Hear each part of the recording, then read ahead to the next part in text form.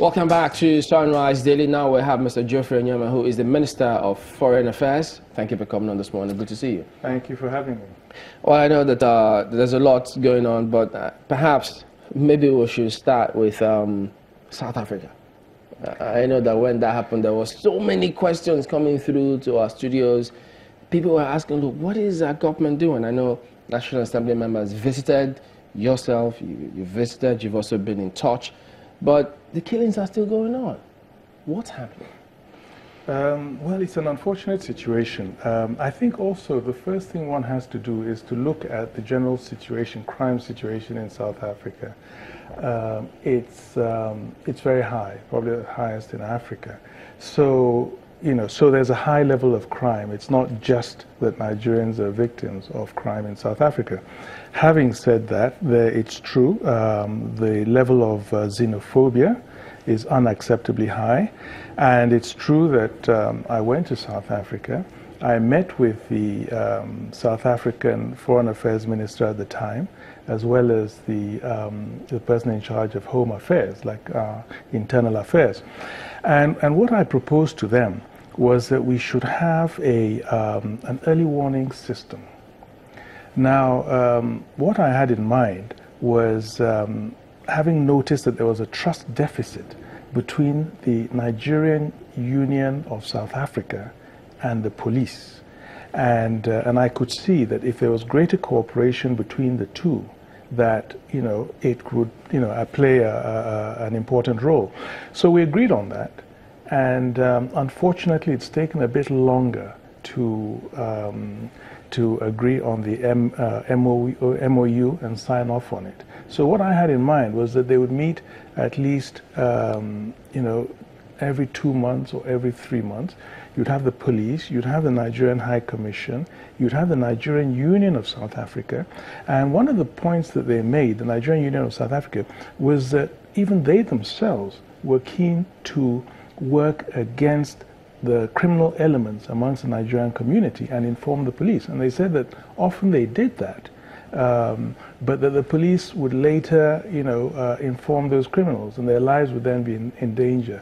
So there was this, trust deficit, and we felt that if they worked together, it would ameliorate the situation. So that's where we are. But is the EWS working? Because I read even from Advocate Library that it needs to be reviewed. Well, no, it needs to be implemented.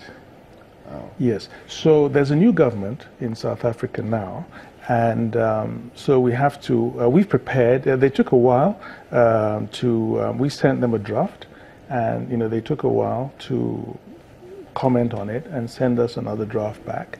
We've looked at it, I've made changes to that, and we're now going to forward that to them. So hopefully if we could, get that signed, then at least we'll be having these regular meetings. And so if, for instance, and very often that is the case, some in the Nigerian community would sense that something was amiss, and would be able to then inform the South African authorities. And I felt that, the missing link was really that the umbrella organization for South Africans in Nigeria did not have that high-level access that could make the difference. So, it's worth giving that a shot. But if they implement it, how is that going to stop or restore the trust? How do we ensure that they don't go back and still report to those criminals behind the scenes and Nigerians like are still in danger? Yeah, well, that's because what I envisaged in the early warning system was that they would be meeting at a high level.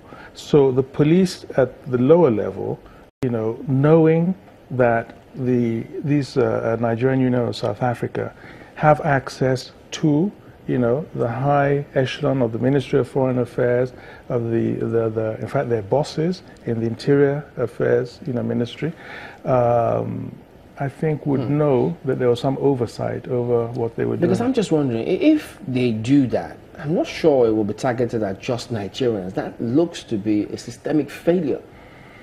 What's a systemic failure? Those who come to report crimes or criminality in their locality, to the community. The police goes back and leaks the information.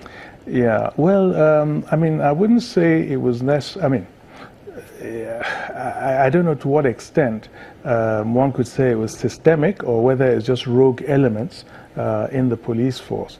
But I think that the most important thing is for the police to be aware that there's some oversight, over what they're doing. So, clearly, if their bosses, are shown that, your officers are also complicit with these criminal elements and, reporting informers to them, one would expect that, some action will be taken. But there's also this that we heard, because they say it appears that those biases, or do I refer to them as xenophobic, seems to be really strong. Because right from when you arrive at the airport, they say the way Nigerians are treated, they identify if you're Nigerian, they have to ask you to step aside. It doesn't matter how legitimate what you're coming to do in South Africa is, they still treat you in a way that you ask yourself, listen, I've not committed any crime. Why am I being regarded as a suspect somewhat?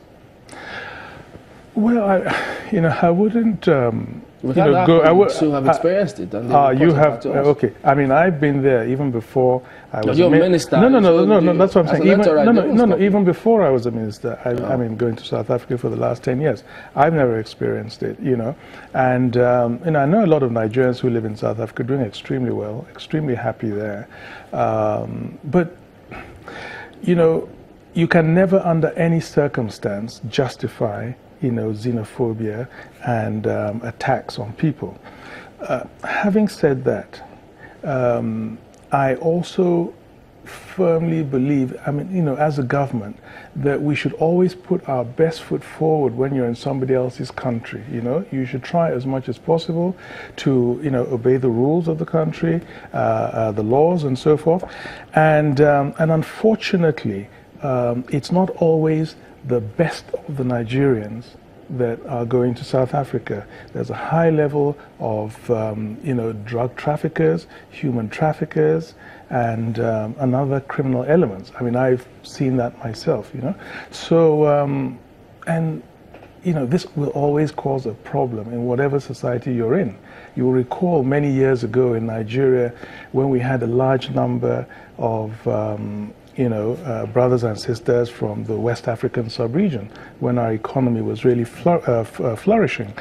And almost any crime that was committed, people would say it was those people from these other West African countries and so forth. So it's not something totally peculiar to South Africa. So the point we also try to make, in the Ministry of Foreign Affairs is, Nigerians, please, when you go to other people's countries, obey the laws.